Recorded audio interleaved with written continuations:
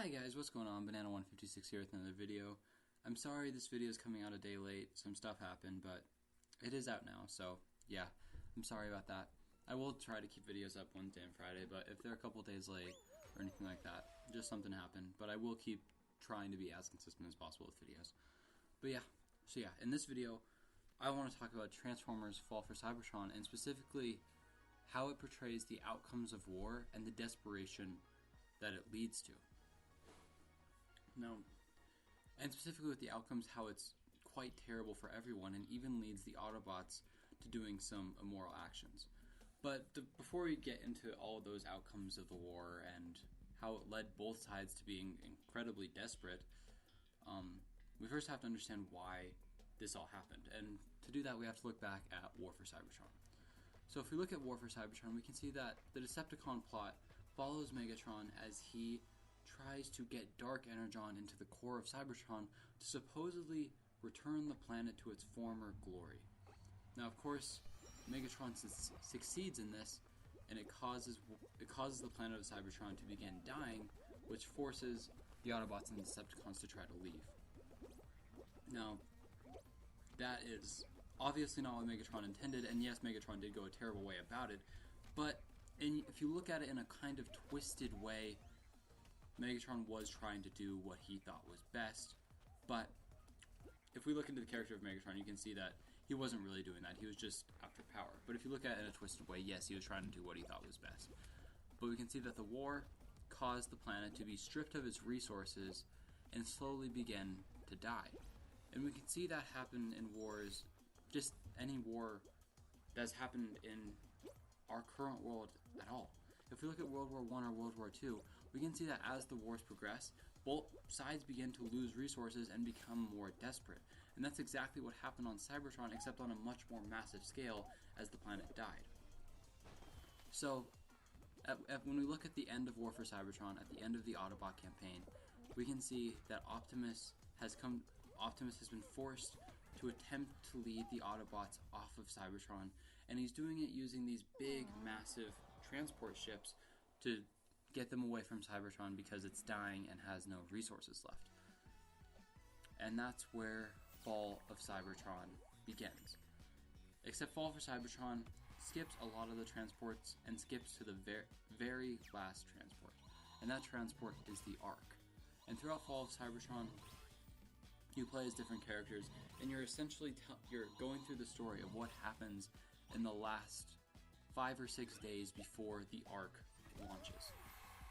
And in these 5 or 6 days, we can see just how brutal the outcomes of war are and how desperate both the Autobots and Decepticons have become. So let's talk about the story of Fall of Cybertron. So essentially, the first level is a tutorial level where you play as Bumblebee on the Ark, and you go through what he does on the Ark and how he helps to protect it or whatever. And yeah, but after that level, that was like a level to show you kind of what the finale of the game would be like, and also a tutorial. But then the next level, you skip back to 5 or 6 days before the Ark launches, and you play as Optimus. And when you're playing as Optimus, you're attempting to defend the Ark. So you're driving around the ruins of Icon, setting up these massive guns, trying to find any way possible to defend the Ark. And while doing this, you're forced to use a lot of energon and a lot of energy reserves to power these massive defense systems. And that puts the Autobots in quite a predicament, as they're not sure if they have enough energon and enough energy to get the Ark off of the planet. Well, that's all well and good.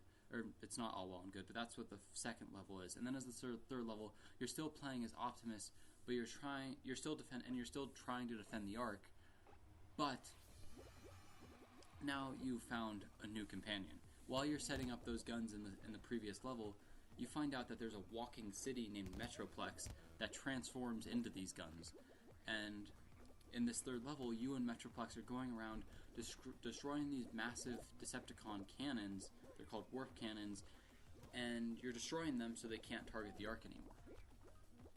And eventually this level ends with Metroplex supposedly killing Megatron. But we can see that throughout these two levels, the main theme is the Autobots are desperately trying to defend their last chance and are using almost all of their energy reserves to do so, in fact to the point where they might not have a chance out at all. And we can see that this is true desperation, and true desperation that war causes. And we can see that these acts may seem moral on the surface, with Optimus trying to defend the Autobots' last chance to get away from Cybertron and get the Autobots into a safer place.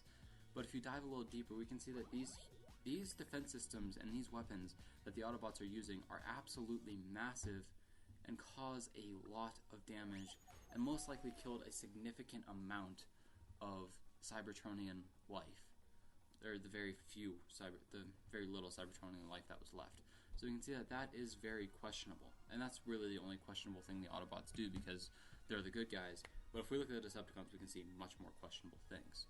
So after the 3rd and 4th level, you follow Jazz and Cliffjumper as they go on a search for Grimlock, as he was trying to find a space bridge in the Sea of Rust. A space bridge is a way to get away from Cybertron, if you're not familiar with Transformers lore. But, yeah, they go out searching for Grimlock, and they do all that jazz. Then, after your Jazz and Cliffjumper, it shifts a little bit. It shifts a little bit,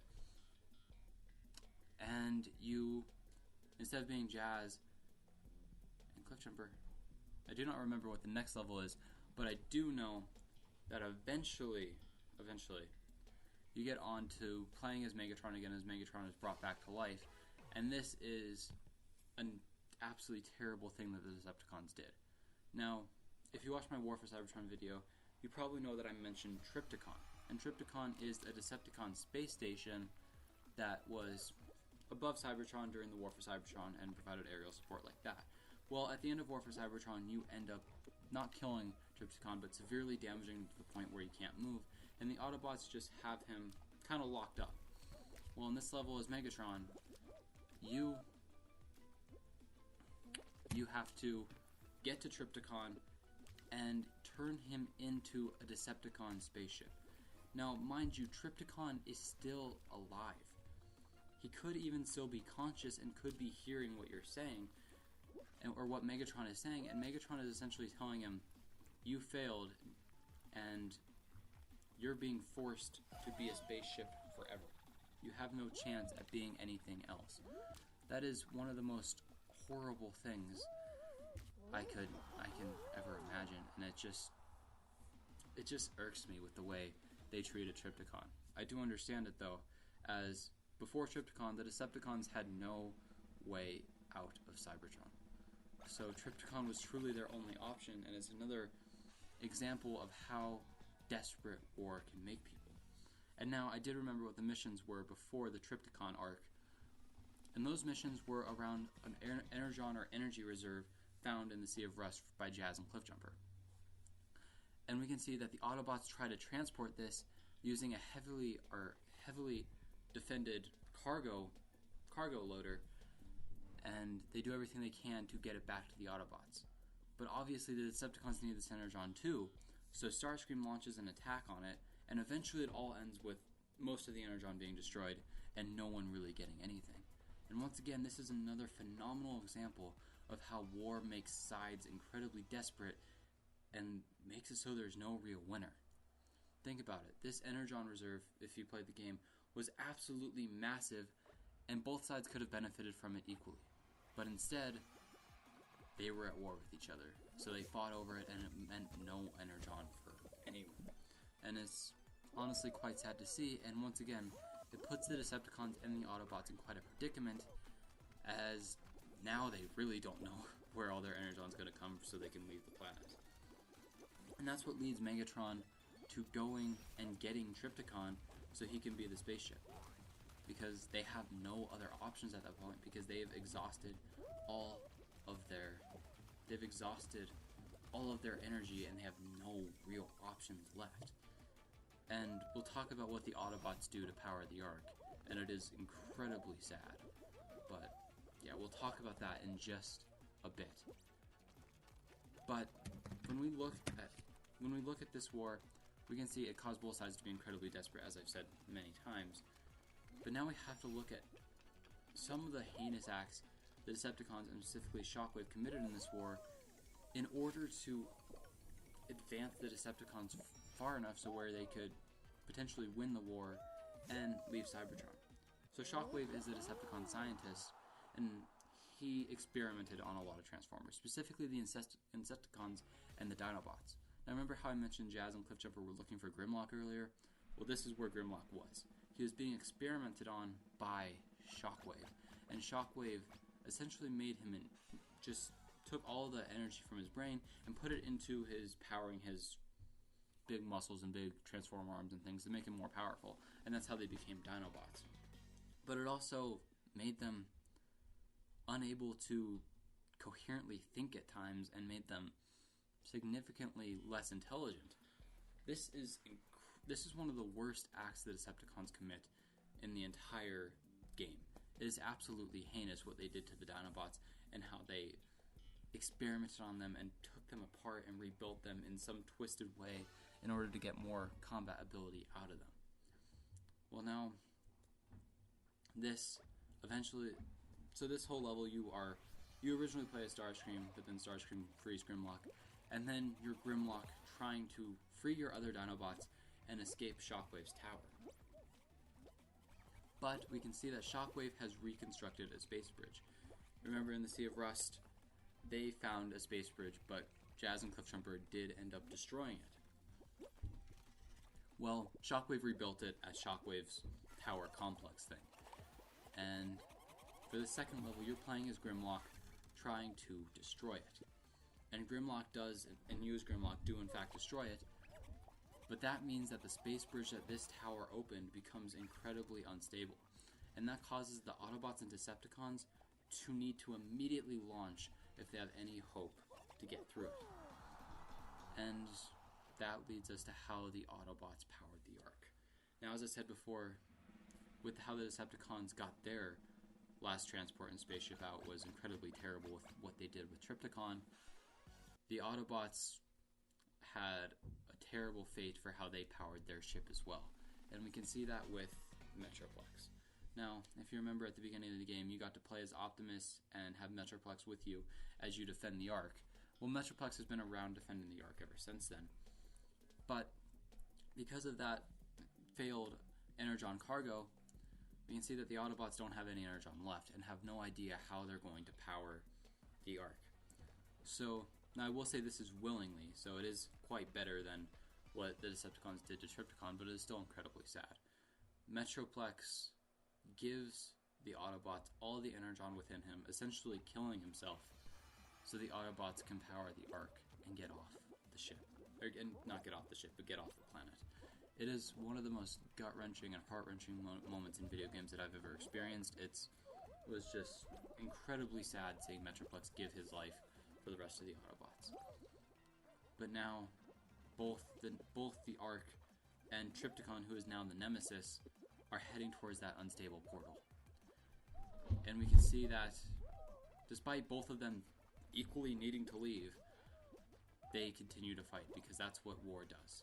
That's what war has done this entire game, where sides that shouldn't be fighting continue fighting because of this stupid war that they should just give up on and work together so they can leave. But that's not how it happens.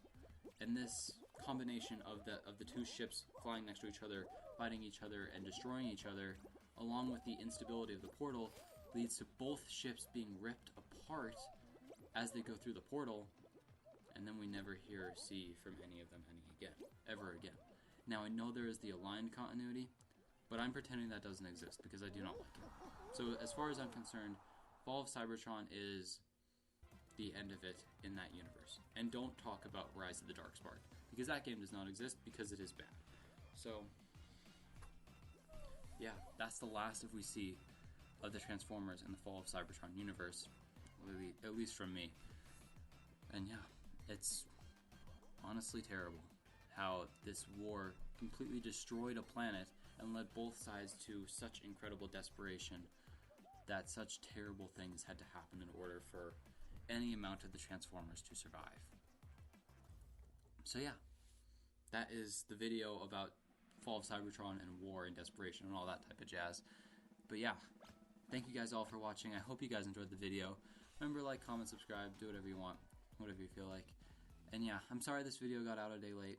I will try to be better at being consistent. But yeah, thank you all for watching, and I hope you all have a great day. Thank you, and